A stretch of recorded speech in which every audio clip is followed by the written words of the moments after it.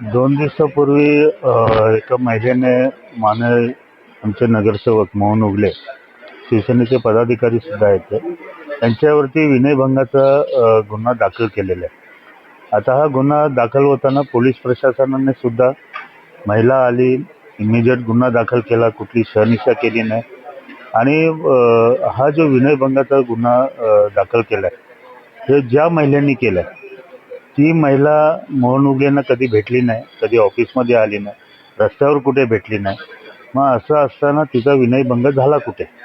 त्यामुळे आणि त्या प्रकरणामध्ये नेमकं काय आहे, ती जागा जी आहे त्याच्यामध्ये काय आहे, जागा कोणाची आहे, ते सर्व प्रकरण बाहेर यायला पाहिजे. आणि जर खरोखर मोहन उगले दोषी असेल तर त्याला सजा झाली पाहिजे, शिक्षा झाली पाहिजे. आणि जर नसेल तर खोटा आरोप करणारी ती जी महिला आहे तिची चौकशी व्हायला पाहिजे, त्या जागेसंदर्भात चौकशी व्हायला पाहिजे. आणि जर तिने खोटा गुन्हा दाखल केला असेल तर तिच्यावरती कठोरात कठोर कारवाई व्हायला पाहिजे. मात्र या त्यांनाच का टार्गेट करतात?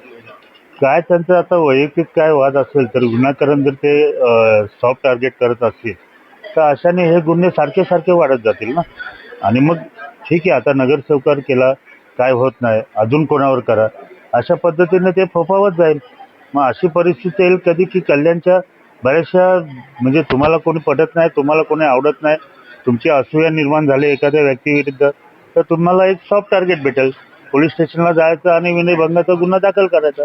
आता महिला असतात त्यामुळे ते करता येतं त्यांना. पण हे चुकीचं असेल तर मात्र ते सत्य बाहेर यायला पाहिजे आणि त्या महिलेला सुद्धा मग कठोरात कठोर शासन व्हायला पाहिजे. दाखल केल्याचे आपल्या शिवसेनेचे त्या शिवसेनेच्या पदाधिकारी किंवा कोणी नव्हत्या, शिवसैनिक सुद्धा नव्हत्या त्या. त्यामुळे त्यांचं त्या गोष्टीशी काय संबंध आहे ते त्यांना माहिती. पण पहिला जो गुन्हा दाखल झाला त्याला आपण पण सर्व साक्षीदार आहेत, तशा पद्धतीने झाला. पण एकदा झाला म्हणून दुसऱ्यांदा तिसऱ्यांदा म्हणजे मोहन उगले नगरसेवक आहे की याच्यासाठी सॉफ्ट करणार आहे की चला उठा आणि विनयभंगाचा गुन्हा दाखल करा, एकदम असं नाही चालत ना. हे कुठेतरी थांबलं पाहिजे. महापालिकेमध्ये एवढे नगरसेवक आहेत, त्यांनाच का टार्गेट केला जातो? त्यांच्यावरती त्यांचे वैयक्तिक वाद असू शकतात ना. मग वाद असले म्हणून काय डायरेक्ट विनयभंगाचा गुन्हा दाखल करणं खरं असेल तर चालेल ना. खरं असेल तर हे बघा, पहिलं झालेलं आहे, हा दुसरा जर मोहन उगलेचा खरा गुन्हा केला असेल ना त्यांनी, तर मोहन उगलेला आम्ही पक्षातून पण काढून टाकू. पण जर केला नसेल तर मग त्या महिलेवरती कठोर कारवाई व्हावी.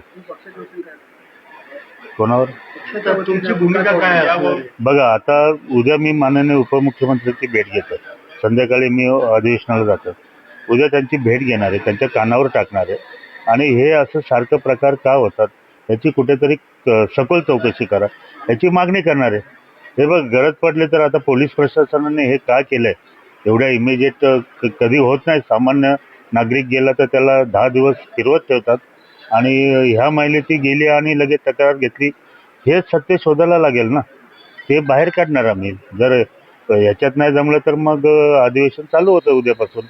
पोलिसांनी महिलांची हे चौकशी नाही. माझं म्हणणं काय माहिती आहे का, की एखादी व्यक्ती जी आहे ती जर तुमच्या ओळखीची आहे, ती प्रतिष्ठित आहे, नगरसेवक आहे, अवेलेबल आहे, तर एक फोन करायला काय जातो? इतर वेळेला फोन येतात ना आपल्याला, नाही ते करता नाही येणार गुन्हा दाखल हे ते वगैरे, असं तर हे पण करायला पाहिजे होतं.